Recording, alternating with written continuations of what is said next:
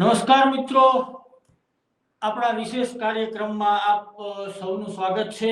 આજે આપણે વાત કરવા જઈ રહ્યા છીએ ગુજરાતના એવા મોરબી જિલ્લાની, અને મોરબી જિલ્લામાં આજ રોજ આપણે જે પાટીદાર ભાઈઓ છે તેઓ લાયસન્સ માટેની અપ્લાય માટે દોડધામ કરી રહ્યા છે। તો આપણી સાથે વાત ઉપર ચર્ચા કરવા મનોજભાઈ પનારા જોડાય છે। મનોજભાઈ, તમારું ખૂબ ખૂબ સ્વાગત છે। તમે અમારા આમંત્રણને માન આપીને અમારી સાથે અને અમારા દર્શકોને થોડુંક સમજાવવા માટે। તો મનોજભાઈ, સવાલ પહેલો એવો છે કે કેમ મોટા પાયે હથિયારો લાયસન્સની જરૂર પડે છે? કાલે મોરબી જિલ્લાના પાટીદાર યુવાનો આશરે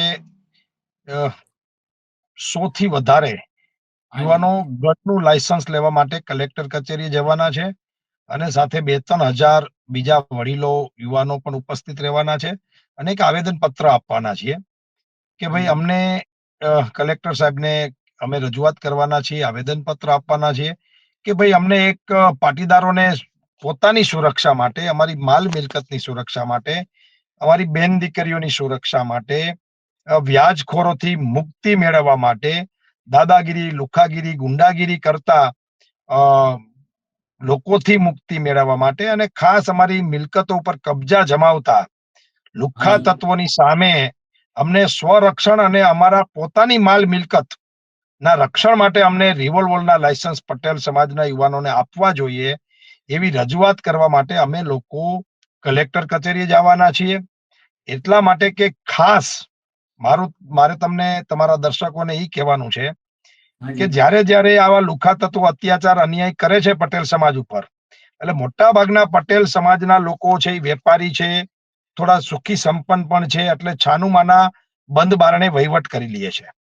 મોરબીની અંદર હમણાં અપહરણ, ગુંડાગીરી, ખંડણી આવા અનેક બનાવો બન્યા, અને છેલ્લા 6 મહિનામાં 3 યુવાનોએ આત્મહત્યા કરી લીધી, અને એટલા 3 યુવાનો જે આત્મહત્યા કરી એની બધાની પાછળના કારણો વ્યાજખોરી, અને મોટા ભાગના લોકો પોલીસ સ્ટેશને જતા ડરે છે, તંત્ર પાસે જતા ડરે છે, એટલે થાય છે એવું કે કોઈને કહી નથી શકતા, અને ડરમાં ને ડરમાં આત્મહત્યા કરી લે છે, અથવા તો સમાધાન કરી લે છે।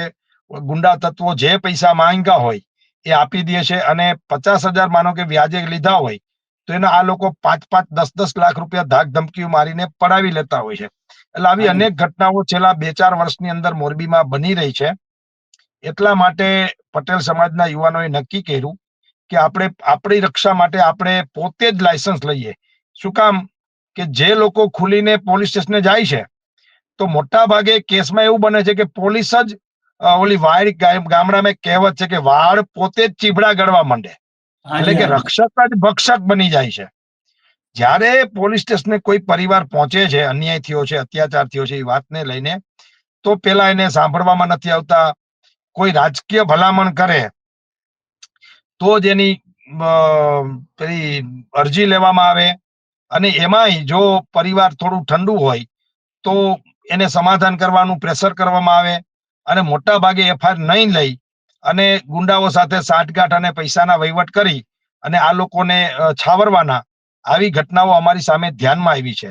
અને છેલ્લે એવું બને કે બહુ પ્રેશર કરીને એફઆઈઆર લઈએ ને, પોલીસ લઈએ તો પછી શું કરે કે પેલાને પકડે જ નહીં, અને પેલો એફઆઈઆર ની નકલની કોપી વકીલ પાસેથી પોલીસ સ્ટેશનમાંથી મેળવી અને હાઈકોર્ટમાંથી જામીન લઈ આગોતરા, અને પાછો બજારમાં આવીને પેલા ભાઈને કહે કે તે મારું શું બગાડી લીધું, તે પોલીસ કેસ કર્યો તારું શું, મારું શું થયું, તે નેતાઓને ફોન કરાવ્યો શું થયું। એટલે આખી પરિસ્થિતિ ગુંડાઓ સાથે આ લોકોની જે મિલીભગત છે તંત્રની, એના કારણે પટેલ સમાજ પીલાઈ રહ્યો છે। પટેલ સમાજનું કોઈ રક્ષણ કરવા વાળું આજે ગુજરાતમાં અને ખાસ કરીને મોરબી જિલ્લામાં છે નહીં, એવી અમને અનુભૂતિ થાય છે। એટલે અમે લોકોએ હથિયાર પોતે જ વસાવા લાયસન્સ લઈને લીગલી, કોઈ અનલીગલી કામ કરવું જ નથી, કાયદો તોડીને કોઈ કામ કરવું જ નથી, પણ લીગલી રીતે અમારે કલેક્ટરને આવેદન પત્ર આપીને કહેવાનું છે કે અમને હથિયાર આપો, એટલે અમે આવા તત્વો જે છે એની સામે અમે પોતે જ લડી લેશું। તો મનોજભાઈ, બીજો સવાલ એવો છે કે શું બહેન દીકરીઓ અને સંપત્તિ માટે હવે સરકાર પર વિશ્વાસ નથી? જો હું એવું તો નહીં જ કહું કે બધા જ અધિકારીઓ મિલી ભગત વાળા છે કે બધા જ અધિકારીઓ ભ્રષ્ટાચાર કરે છે કે ગુંડાઓ સાથે સાંઠગાંઠ ધરાવે છે, પણ જે અધિકારીઓ સારા છે એ અધિકારીઓ સુધી કદાચ આ વાત નહીં પહોંચતી હોય. એટલે તમે પણ જાણો છો ને હું પણ જાણું છું કે કલેક્ટર કાંઈ સીધું લાયસન્સ રિવોલ્વરનું ઇસ્યુ કરતા નથી. એની આખી પ્રોસેસ હોય છે નીચેથી લઈને ઉપર સુધીની. પણ અમે લોકો કેમ સીધા જ કલેક્ટર પાસે જવાના છીએ કે અમારું આ એક પ્રતિકરૂપી કાર્યક્રમ છે, જેથી કરીને ગૃહમંત્રી અને રાજ્ય સરકારને ખબર પડે કે મોરબી જે કરોડો રૂપિયાનું સિરામિકમાં હુંડિયામણ રડી ટેક્સ ભરી અને ગુજરાત સરકારને અને દેશની તિજોરી ભરે છે, એવો આ સિરામિક ઉદ્યોગનું હબ એટલે મોરબી.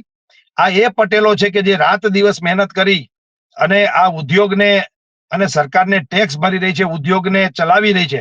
આ એવી વેપારી પ્રજા આજે સુરક્ષિત નથી. તો સરકાર પણ અને ગૃહ મંત્રાલય પણ આ બાબતમાં વિચારે કે કેમ ભાઈ મોરબી ઉપર આટલો બધો અત્યાચાર વધી ગયો છે, અન્યાય વધી ગયો છે, કેમ લુખાઓ, ગુંડાઓ, આ વ્યાજખોરો, આ હની ટ્રેપ વાળા, આ કબજાખોરો, આ લેન્ડ ગ્રેબિંગ કરનારા લોકો કેમ આ તાકાત બતાવી રહ્યા છે. તો સરકાર ક્યાંક ને ક્યાંક જાગે, ગૃહ મંત્રાલય અમારી વાતની નોંધ લે અને કલેક્ટર યોગ્ય રિપોર્ટ કરે સરકારમાં, તો એમ લાગે છે કે ક્યાંક ને ક્યાંક તંત્ર સુધરે. નહીં તો અત્યારે તો મોરબી બોડી બામણીનું ખેતર છે અને રોજ એક ઘટના, મારામારી, ગુંડાગીરી, લુખાગીરી, રોમિયોગીરી, આવા પ્રકારના કેસો વ્યાજખોરીના બધા જ ચાલ્યા રાખે છે. મનોજભાઈ, સમગ્ર ગુજરાતમાં પાટીદારો જ કેમ અન્ય સમાજને હથિયારની જરૂર નથી? લગભગ તો બધાને હવે આવતા દિવસોમાં જરૂર પડવાની છે. જે વેપારી કોમ છે, સોફ્ટ કોમ છે, જેને મગજમારી કરવી નથી અને શાંતિથી પોતાના રોટલા ખાવા છે ગુજરાતની, એવી જે જનતાઓ છે એને હવે આત્મરક્ષણ માટે પણ કાંઈક ને કાંઈક રસ્તાઓ અપનાવવા પડશે. આજે મોરબીનો પટેલ સમાજ થોડોક સુખી છે, બધા તો નથી પણ થોડા સુખી છે બીજા વિસ્તારો કરતા. મોરબીમાં સિરામિક ધંધો છે અને બીજા કરતા વિદેશી એક્સપોર્ટ વધારે કરે છે બીજા ધંધાઓ કરતા, એટલે અહીંયા થોડીક ઇન્કમ વધારે છે. એટલે સ્વાભાવિક છે કે અહીંયા જ ગુંડાગીરી વધારે થાય અને ગુંડાગીરી અહીંયા થાય તો જ વધારે પૈસા મળે. તમારા દિલીપભાઈ ધ્યાનમાં મૂકું કે હવે બહારથી ગુંડાઓ અહીંયા ગુંડાગીરી કરવા આવી રહ્યા છે. જેમ વેપારીઓ સારો ક્યાંક વેપાર ચાલતો હોય તો ધંધો કરવા માટે જાય ને બીજે, એમ હવે બહારના ગુંડાઓ, લુખાઓ અને 2 નંબરના ધંધા કરવા વાળા લોકો મોરબીમાં આવી અને પ્રેક પસારો કરી અને પટેલોને જ નહીં પણ મોટા ભાગની જ્ઞાતિઓને આ વસ્તુનો સામનો કરવો પડે છે. આમાં કોઈ જ્ઞાતિ બાકાત નથી, પણ શું છે કે મોરબીમાં વધુ પ્રમાણમાં પટેલો છે એટલે ટાર્ગેટ સ્વાભાવિક છે પટેલો બને. અને બીજું, પાટીદાર સમાજ એક આબરૂ, ઇજ્જત ને વધારે વાલ કરે છે, પ્રેમ કરે છે કે સમાજમાં આપણું નાક ન જાય, સમાજને ખબર ન પડે, આપી દો ને 2-5 લાખ રૂપિયા, આપણે પૂરું કરો ને. અને પટેલ સમાજ વેપારી છે અને થોડો સોફ્ટ પણ છે, તો સ્વાભાવિક છે કે એમાં જ પ્રેશર આવે ને એમાં જ નીકળે કઈક કાઢવા વાળાઓને. એટલે એ આ એક સહજ વાત છે. અને જ્યાં જેને કહેવાય કે તંત્ર જ બેદરકાર હોય ત્યાં પછી પ્રજાનું શું સમજવું, આવી વાત છે. તો આવા મુદ્દે એક વાત બીજી છે કે રાજ્યના ન્યાય વ્યવસ્થામાં પોલીસ ફેલ છે એવું લાગે છે. અત્યારે તો પક્ષાપક્ષી અને રાજકીય આક્ષેપો કરવા કરતા મારી અત્યારની પ્રાયોરિટી એ છે દિલીપભાઈ કે ગુજરાતમાં તમે બધા જ મીડિયાના મિત્રો રોજ ક્રાઇમ કેટલો છે એ લખો છો, અનેક ઘટનાઓ તમે બતાવો છો, એટલે ન્યૂઝપેપરો ભરી ભરીને આ બધી વસ્તુના આવે છે. એટલે એમાં તો ગુજરાતની આખી જનતા જાણે છે કે અત્યારે શું વ્યવસ્થા કાયદાની અને કથળી ગયેલી શું છે વ્યવસ્થાઓ, એ બધું કાયદો વ્યવસ્થા કઈ પરિસ્થિતિમાં છે.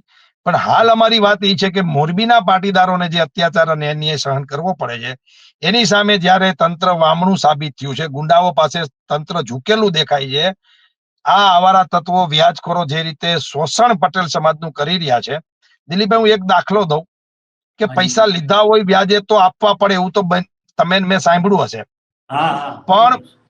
પણ તમે જમીન વેચી છે એવી ખબર પડે આ ગુંડાઓને કે તમારા પાર્ટનરોએ તમારા હિસ્સાના પૈસા તમને ધંધામાં નફો આપ્યો છે એ ખબર પડે વાયા મીડિયા ક્યાંયથી, અને અથવા તો એમને એ ખબર પડે કે આમના કારખાનાને ભાગ એમનો છૂટો કર્યો ને ઘરે પૈસા આવ્યા છે, એટલે હાચી ખોટી કોઈ પણ પ્રકારની માથાકૂટ, તમારી ગાડી આગળ બાઇક ભટકાવી દેવું, તમારા દીકરાને બીજી રીતે વાતચીતમાં લઈ અને બીજી રીતે ધાક ધમકી આપીને પૈસા પડાવવા, આવા અનેક કિસ્સાઓ મોરબીમાં બની રહ્યા છે. હમણાં એક મારી પાસે એવો કિસ્સો આવ્યો, સમય છે ને તો હું વાત કરું. હમણાં મારી પાસે એક એવો કિસ્સો આવ્યો કે એક ટીચર છે, એમનો દીકરો ઘરે હતો ને એના કોઈ વાયા કોન્ટેક્ટ નંબર લઈને ફોન કર્યો કે તું અહીંયા આવતો, તારું કામ છે. એટલે આ મિત્ર ત્યાં ગયો, કામ છે એમ કીધું. મને ઉંમર 20-22 વર્ષ 18 વર્ષ હોય એટલે સ્વાભાવિક છે કે બીજું લાંબુ વિચારે ને એમ, અને મોરબી ગામમાં તો બીજું શું વિચારવાનું એમ. એટલે ગયો, એટલે એને ચા પાણી પીધા, વાતો ચીતો કરી, ખાવું પીવું છે, નાસ્તો કરવો છે, આવશે તેમ છે, યુવાન મિત્રો એટલે બધી આડાવડી વાતો કરે. એ બધી વાતો કરીને પછી છૂટા પડ્યા. પેલાનો સવારમાં ફોન આવે છે કે કાલ રાત્રે 10 લાખ રૂપિયા તું લઈ ગયો, ક્યારે આપવા આવેશ? કે ભાઈ મેં કાલે ક્યાં કઈ લીધું છે, આપણે તો ચા પાણી પીને છૂટા પડ્યા છે. તો કે ના તું 10 લાખ રૂપિયા કાલ રાત્રે લઈ ગયો, આપવા આવેશ કે હું તારી ઘરે લેવા આવું? અને ઓલો માણસ એના ઘરે આવે છે, એના પિતાને કહે છે કે કાલ રાતના ઘરેથી નીકળો તો આટલા વાગે, કે હા, એ 10 લાખ રૂપિયા લેવા આવ્યો હતો. એટલે એના પિતાએ કીધું કે તો મારા ઘરે તો આવ્યા નથી, અમને તો ખબર હોવી જોઈએ ને. તો કે ના, એ તો બારોબાર કોઈ માંગતું હશે, રાતે આપી આવ્યો હશે, તમારે આપવાના છે કે નહીં? ઓલો બાળક એમ કે છે, 12 સાયન્સ કરતો હતો, કે ભાઈ મેં આવા કોઈ પૈસા નથી લીધા, મને આવી ખબર નથી, આ તો ફોન આવ્યો ને મળવા ગયો, ચા પીને છૂટા પડ્યા છે અડધી કલાક બેસીને. છતાં ગુંડો એને ધમકાવે છે ને કહે છે કે તમારું એક ને એક બાળક છે, કાંઈ વાંધો નહીં, આ પૈસા કેમ વસૂલ કરવા મને આવડે છે, એમ કહીને જતો રહે છે. એના પિતા પાછળથી ફોન કરી અને 10 લાખ રૂપિયા આપી દે છે. આજે પરિસ્થિતિ એ છે કે એક ને એક બાળક હોય છે, મા બાપ થોડા સુખી સંપન્ન હોય તો એમ વિચારે કે ભાઈ બાળક પાછળ 10,000 રૂપિયા ખોઈરા ગયા ખાતે આપી દે છે. અને આવું થાય છે એટલે લોકો બજારમાં આવતા પણ નથી, અને આવા લોકોનું મનોબળ વધે છે, ગુંડાઓ ખાસ. હિંમત લોકો કરતા નથી. યસ. તો મનોજભાઈ, આપણે રાજ્યના સીએમ પાટીદાર છે, તો શું તોય પાટીદારોને સુરક્ષા નથી? નહીં, આમાં સીએમ પાટીદાર છે કે બીજા કોઈ સમાજના હોય, આવી કોઈ સમાજની આપણી આ વાત જ નથી. જો ગુંડાઓ છે ને, આ પેલા મારે તમને એ કેવું છે દિલીપભાઈ, કે આ બાળકના સાયન્સ મેં હમણાં દાખલો આપ્યો, એના પિતાજી સક્ષમ છે, એનો પરિવાર થોડોક ડરપોક છે, એવી માહિતી તો એના જ પરિવારમાંથી જ કોકે આપી હોય ને. એટલે આ જે ગુંડાઓ ગુંડાગીરી કરે છે, એની સાથે સાથે પાટીદાર સમાજના જ આવા તત્વો જે હોય એ જ એની સાથે ભળેલા હોય, એને કોઈ જ્ઞાતિ સમાજમાં કોઈ ખરાબ હોતું નથી. ટેકનિકલી ખરાબીના હિસાબે મનોજભાઈ સાથે બીજી વાત ચર્ચા થઈ જ નથી શકી. તો આપણી સાથે આ હતા મનોજભાઈ. તો નમસ્કાર મિત્રો.